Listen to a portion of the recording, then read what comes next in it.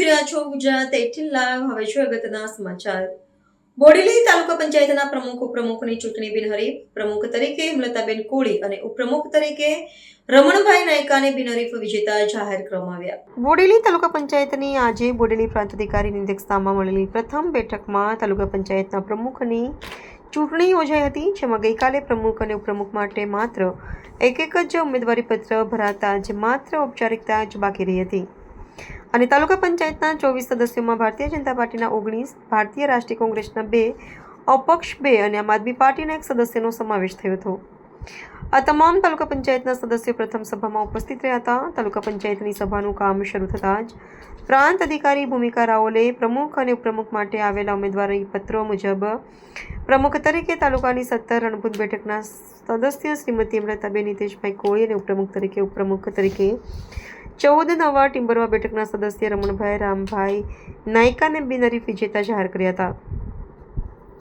આ સાથે તાલુકા પંચાયતની મહત્વની ગણી શકાય એવી કારોબારી સમિતિના અધ્યક્ષ તરીકે કડાછલા બેઠક પર વિજય થયેલા રવિરાજ શ્રી મહેન્દ્રસિંહ ઠાકોર, પક્ષના નેતા તરીકે કડાછલા બેઠક પરથી વિજેતા થયેલા રવિરાજ શ્રી મહેન્દ્રસિંહ ઠાકોર, પક્ષના નેતા તરીકે બાંગાપુરા બેઠક પર વિજયી થયેલ શ્રીમતી શિલ્પાબેન મયુરભાઈ કોળી તેમજ જનક તરીકે સખાન્દ્રા બેઠક પરથી વિજય બનેલા નરપતભાઈ નગીનભાઈ રાઠવાના નામોની પણ તાલુકા ભાજપના પ્રમુખ અનિલ પટેલ દ્વારા જાહેરાત કરવામાં આવી હતી। તાલુકા પંચાયતની આજે મળેલ પ્રથમ સભામાં જબુગામ બેઠક પરથી વિજય બનેલા ભારતીય કોંગ્રેસના ઉમેદવાર દિલીપભાઈ રાઠવાએ કોંગ્રેસ સાથે છેડો ફાડી ભારતીય જનતા પાર્ટીમાં જોડાવાની જાહેરાત કરતા તાલુકા ભાજપના પ્રમુખ અનિલ પટેલ સાથે અનિલ પટેલે ભાજપનો ખેસ પહેરાવી આવકાર્યા હતા।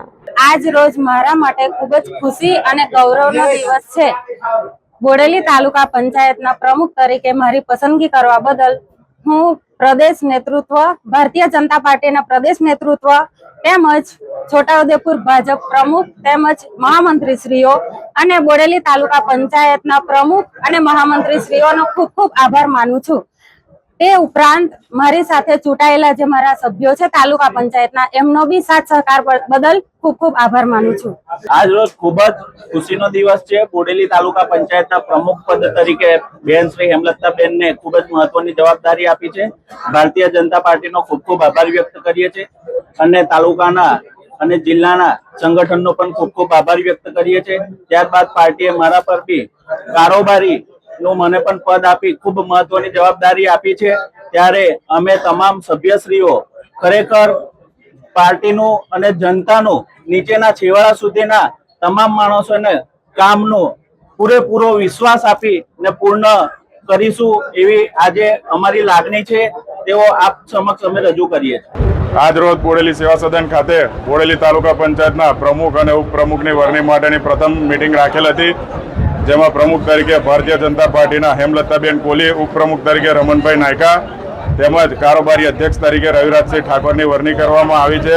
સાથે સાથે અમારા તાલુકા પંચાયતમાં 26માંથી 19 સભ્યો જીતેલા હતા અને કોંગ્રેસના માત્ર 2 જીતેલા હતા। તેમાંથી એક આપણે જબુગામ તાલુકા પંચાયતમાં દિલીપભાઈ લક્ષ્મણભાઈ રાઠવા જેઓ વિજેતા થયા હતા, તેઓ આજે પ્રથમ મિટિંગમાં જ ભારતીય જનતા પાર્ટી સાથે મળી અને વિસ્તારનો વિકાસ થાય તે માટે ભારતીય જનતા પાર્ટીમાં જોડાયા છે।